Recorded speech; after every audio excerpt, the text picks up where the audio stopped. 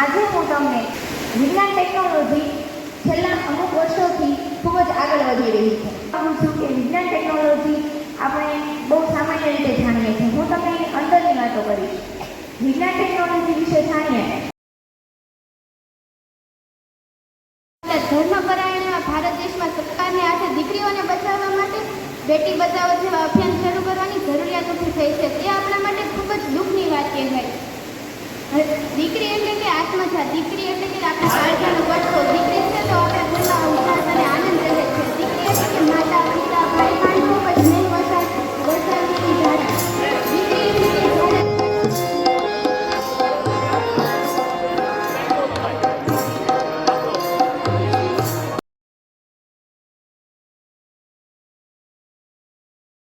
હા, એ જ અમારા માટે ખૂબ અવભાગ્યની વાત છે.